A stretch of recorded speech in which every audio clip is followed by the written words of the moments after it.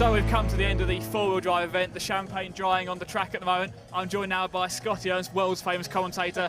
He's been here all week commentating on the races for us. Scotty, let's firstly start with the two-wheel drive event. A fantastic performance from Lee, and then some great races from Hoopo and from Peter as well to finish second and third. It was a great run for Lee. Obviously the first part of the event, and it showed he was on his game. We can look back now that everything's done, and really see how focused and prepared he was, and it just started his week for him, and it was awesome. I mean, that first A final in two-wheel drive, some great racing at the front of the final. It was spectacular, and he stayed on point, and very few mistakes if any, and Hoopo and Peter also did great. Hometown favorites being from Austria, former champions themselves, and it was great.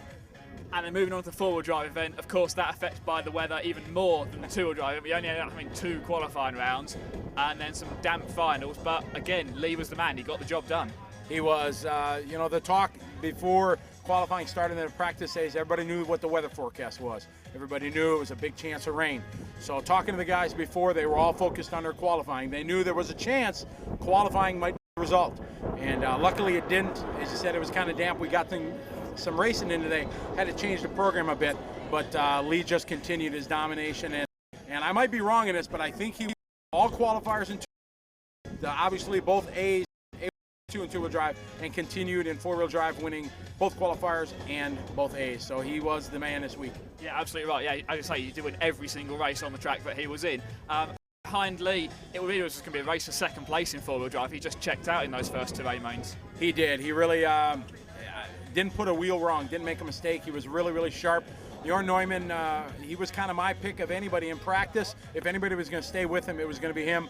Mark was good, but Mark was not at Lee's level this weekend. And Lee was just, I'm good friends with him, and he was just on point and just so focused on this weekend. This was really his time to shine. But summing up the event as a whole, it's been a fantastic facility. The host club have done a fantastic job, coped well with all the weather thrown at them. How can you sum that up? Just what you said. They've done a fantastic job. Marcus, the organizer here, this is my second time being asked to work with him, and it was wonderful. Everything was good. The organization was prepared. The club worked perfect. When the rain came, bam, they were out here with the equipment to get it ready.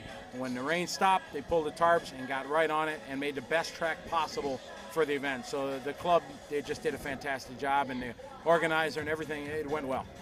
There you go. That's Scotty Ernst's opinions. That's been a great week here in Austria, and it's not only been a great week for us, but it's our last week covering the EFRA European Championship events. So we hope you've really enjoyed watching them as much as we've enjoyed making them. Don't forget you can join Nick and Scotty in November at the Off-Road 1/8 Buggy Worlds from Thailand. So until then, goodbye from me and have a good summer.